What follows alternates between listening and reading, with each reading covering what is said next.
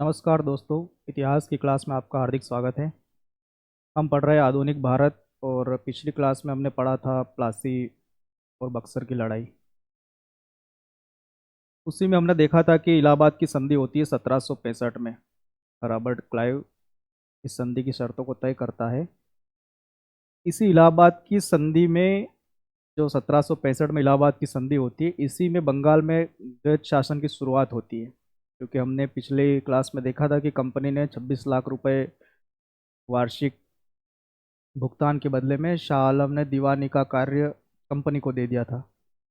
और 53 लाख रुपए वार्षिक में बंगाल के नवाब से बंगाल के निजामत भी कंपनी ने खरीद ली थी। ये चीज़ें हम पिछली क्लास में देख चुके थे। 1765 इसमें होती है इलाहाबाद की संधि।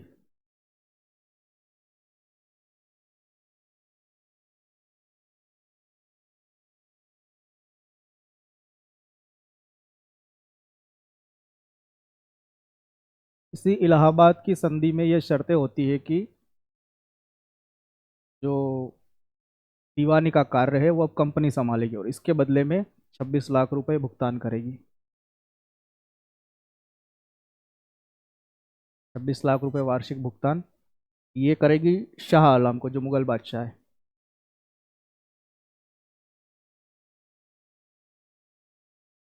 और फिर इन्होंने बंगाल के नवाब से निजामत का काम भी खरीद लिया और इसके लिए उन्होंने 53 लाख रुपए सालाना भुगतान किया।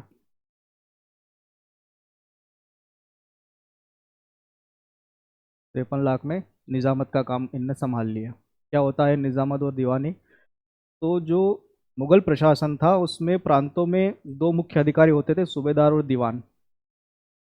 सूबेदार का काम होता है निजामत का, मतलब कि कानून व्यवस्था को बनाए रखना, पुलिस कानून व्यवस्था, ये काम। और जो दीवानी था, ये दीवानी में आता था कि जो राजस्व वसूली, टैक्स वगैरह, ये सारा काम दीवानी में। आज भी आप सुनते होंगे कि दीवानी और फौजदारी कानून, दीवानी में ही होता है। जितना भी रेवेन्यू से रिलेटेड काम होता है वो सब दीवानी होता है। और क्रिमिनल वगैरह ये जो होता है ये फौजदारी में आता है। द्वैत शासन में कंपनी ने दीवानी और निजामत का काम भारतीयों से करवाया, जबकि देखा जाए तो जो वास्तविक शक्ति थी वो कंपनी के हाथ में होती थी। मतलब कि कंट्रोल तो कंपनी के हाथ में है, लेकिन ये जो काम किया जा रहा है ग्राउंड पर, ये भारतीय व्यक्तियों द्वारा किया जा रहा है। क्योंकि कंपनी का ये मानना था कि अगर वो सीधे टैक्स वसूल करना प्रारंभ कर देगी तो पहली चीज़ तो उसके पास टैक्स वसूल करने के लिए कोई सिस्टम नहीं है, कोई मशीनरी नहीं है, प्रशासनिक कोई व्यवस्था नहीं है, कोई कर्मचारी नहीं है। क्योंकि उस समय तो कंपनी नई नई थी, तो इतना उनके पास प्रशासनिक तंत्र नहीं था जो राजस्व की वसूली कर सके। जबकि अगर आप नवाब और मुगल बादशाहों को देखोगे तो इनके पास एक पूरा सिस्टम था टैक्स वसूल करने का, लॉ एंड ऑर्डर का, ये सारा।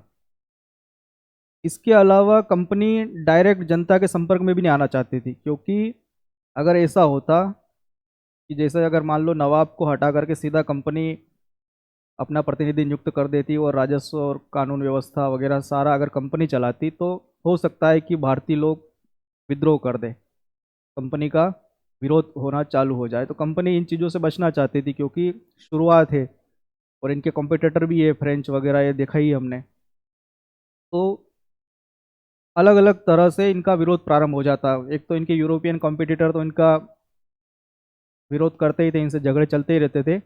अब अगर भारतीय भी इनके विरोध में आ जाएंगे तो कंपनी के लिए सर्वाइव करना थोड़ा मुश्किल हो जाता। इसलिए कंपनी ने सीधा हस्तक्षेप नहीं किया। अब इसके लिए कंपनी ने बंगाल में मोहम्मद रजा खां और बिहार में राजा शिताब राय, उड़ीसा में दुर्लभ राय, इनको उप दीवान नियुक्त किया। कुल मिला के देखा जाए तो बंगाल में द्वैत शासन में दो सरकारें हो गई, दो शासक हो गए, एक कंपनी और एक नवाब। अब कंपनी के पास सारे अधिकार और सारी शक्तियां हैं, लेकिन इसके पास कोई उत्तरदायित्व तो नहीं है, वो जनता के प्रति जिम्मेदार नहीं है। जबकि नवाब जनता के प्रति जिम्मेदार है, लेकिन उसके पास कोई अधिकार नहीं है। ये द्वैत शासन है कि शक्ति किसी और के पास है और जिम्मेदार कोई और व्यक्ति है, काम कोई और व्यक्ति कर रहा है और ताकत किसी और के पास है, कंट्रोल किसी और के पास है। ये द्वैत शासन है। और इसकी सूरत हमने देखी है कि रॉबर्ट क्लाइव ने करी है इलाहाबाद की संधि के बाद। इस द्वैत शासन के बाद जो स्थिति उत्पन्न हुई वो बहुत खतरनाक हुई। बंगाल में एक तो अराजकता फैल गई, क्योंकि नवाब के पास कोई पावर नहीं है और कंपनी कोई जिम्मेदारी नहीं लेना चाहती। इससे क्या हुआ कि व्यापार पूरी तरह से खत्म हो गए, क्योंकि कंपनी का मुख्य उद्देश्य था व्यापार करना, पूरे व्यापार पर कब्जा करना। इसके लिए उन्हें सबसे पहले क्या करना था कि जो यहाँ के जो व्यापारी थे, स्थानीय व्यापारी, उद्योग धंधे, इनको खत्म करना था। तो एक तो व्यापार इससे पूरी तरह से खत्म हो गए। जो उद्योग धंधे थे, लघु उद्योग, कुटीर उद्योग, इस तरह के उद्योग चलते थे उस समय, वो सब खत्म हो गए। किसान गरीबी और भुखमरी का शिकार हो गया, क्योंकि इस समय भयंकर अकाल भी पड़ा था इसी टाइम पे। तो द्वैत शासन में जो भारतीय हस्तशिल्प उद्योग था, इसका नुकसान हुआ, और इसका मुख्य कारण ये था कि जो अंग्रेज थे वो कानून के माध्यम से बंगाल में व्यापार को कंट्रोल किया उन्होंने, और उस तरह से कानून बनाए कि जो वहाँ का व्यापार था उस पर अंग्रेजों का एकाधिकार हो गया। अब उनका एकाधिकार हो गया तो वो अपनी मर्जी से चला रहे सारे व्यापार, सारे उद्योग धंधे, किस कीमत पर कौन सी वस्तु खरीद रहे, किस कीमत पर कौन सी वस्तु बेच रहे। अगर इसमें आप 18वीं शताब्दी में अगर देखोगे तो बंगाल में जो वस्त्र उद्योग था वो खत्म हो गया, जबकि वहाँ का वस्त्र उद्योग अच्छी कंडीशन में था। इसका रीज़न ये था कि जो बंगाल से जो कपड़ा निर्यात होता था उस पर निर्यात शुल्क लगा दिए, बहुत बड़ी मात्रा में बड़े शुल्क लगा दिए। और निर्यात होता था वो ज़्यादातर ब्रिटेन, अंग्रेज ही खरीद रहे थे, उस पर निर्यात शुल्क लगा रही कंपनी। मतलब कंपनी अपने राज्य क्षेत्र से, क्योंकि बंगाल पर उन्हीं का राज्य चल रहा था, यहाँ से अपने ही देश को कपड़े निर्यात करने पर उस पर बड़ा निर्यात टैक्स लगा रही है, जबकि वहाँ से जो कपड़े आ रहे हैं उस पर कोई टैक्स नहीं है। और वही कपड़ा, बंगाल का ही कपड़ा, घूम फिर के जब वापस बंगाल में अगर बिकता था तो उस पर टैक्स लग रहे हैं। यहाँ का जो कपड़ा था वो महंगा होने लग गया और बाहर से कपड़ा आ रहा वो सस्ता होने लग गया।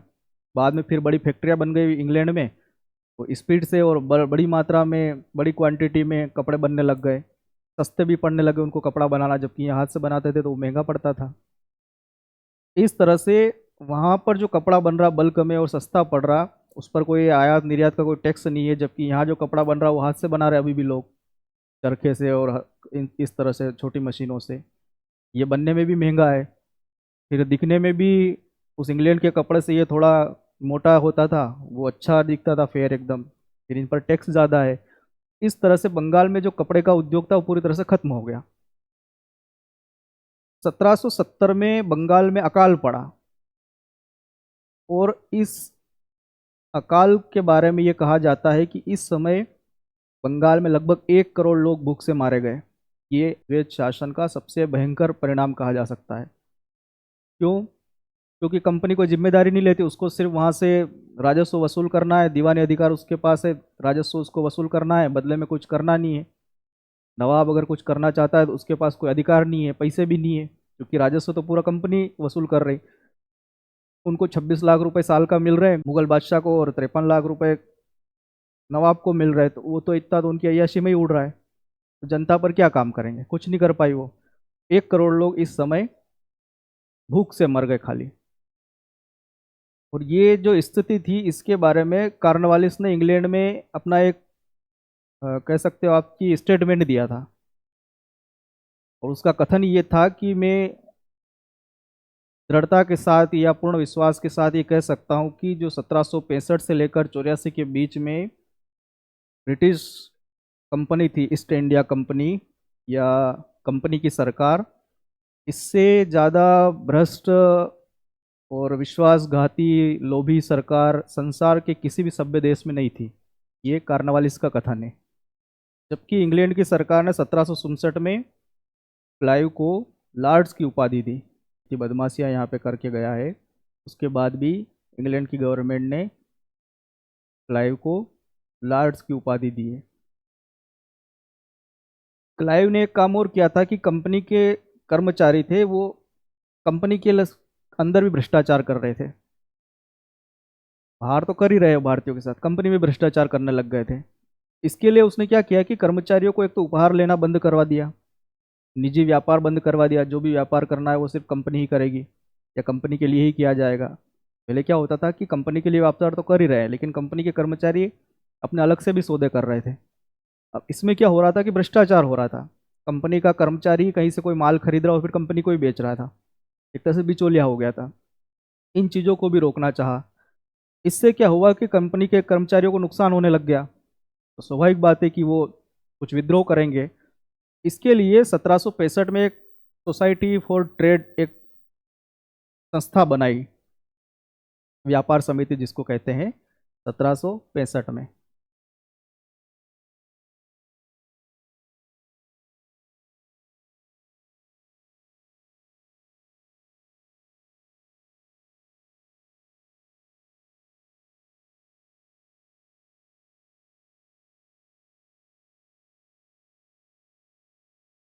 सोसाइटी फॉर ट्रेड, जिसको व्यापार समिति भी कहते हैं।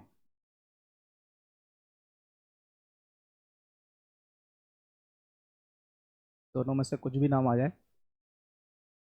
क्या था इसमें? तो इसमें जो नमक, सुपारी और तंबाकू, इनके व्यापार का एकाधिकार दे दिया गया कंपनी को या कंपनी के कर्मचारियों को। तो कंपनी में जितने भी कर्मचारी थे वो नमक, सुपारी और तंबाकू, क्योंकि कानून बनाना तो कंपनी के हाथ में आ गया अब पूरा, उन्होंने ऐसा अधिनियम बना दिया कि नमक, सुपारी और तंबाकू।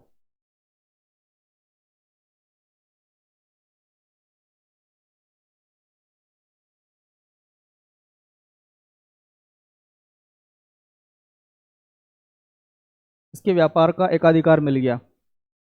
हालांकि ज़्यादा समय तक नहीं चली है, 68 में इसको समाप्त भी कर दिया वापस।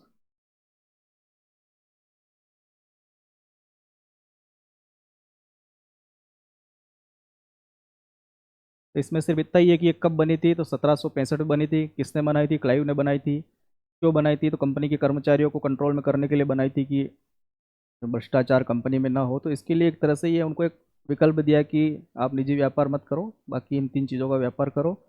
तो इसमें कौन कौन सी वस्तुएं शामिल थी? तो नमक, सुपारी और तंबाकू। हो सकता है आपको एग्जाम में कोई चौथा एक और चीज़ दे दे और पूछ ले कि इनमें से क्या नहीं था। इन चीज़ों का ध्यान रखना।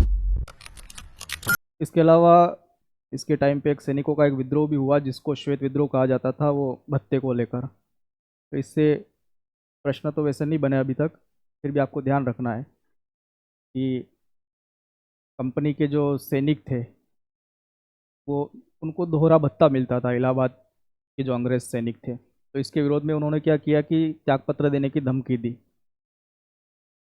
क्लाइव ने दोहरा भत्ता उन्हीं सैनिकों के लिए कर दिया जो बंगाल, बिहार की सीमा से बाहर काम कर रहे थे, उन्हीं को भत्ता मिलता था। ये इसमें है, इसको श्वेत विद्रोह कहा गया। मुबारक उद्दौला, ये 1770 से 65 तक बंगाल का नवाब बनता है और ये आखिरी नवाब है बंगाल का। इसको भी वारेन हेस्टिंग ने पेंशन देकर के बंगाल की जो सरकार थी उसको पूरी तरह से अपने कंट्रोल में ले लिया और वहाँ से नवाब की सरकार को पूरी तरह से ख़त्म कर दिया। अब पूरा कंट्रोल ईस्ट इंडिया कंपनी के हाथ में आ गया है। और इसके लिए जो वहाँ का न्यायाधीश था एलिजा एम्पे, उसने कहा था कि बंगाल का नवाब जो है मुबारक उद्दौला, ये भूसे से भरा हुआ एक बेताल है। ये वहाँ के कलकत्ता के न्यायाधीश का कथन है। तो ये था बंगाल में द्वैत शासन की छोटी सी क्लास थी, ये बचा हुआ था पिछली क्लास का जो हमने देखा है। उम्मीद करता हूँ कि आपको समझ में आया होगा कि क्या होता है द्वैत शासन, किस तरह से इसमें प्रोग्रेस हुई है। मिलते हैं अगली क्लास में, तब तक अपना ध्यान रखिए। हमारे साथ बने रहने के लिए धन्यवाद।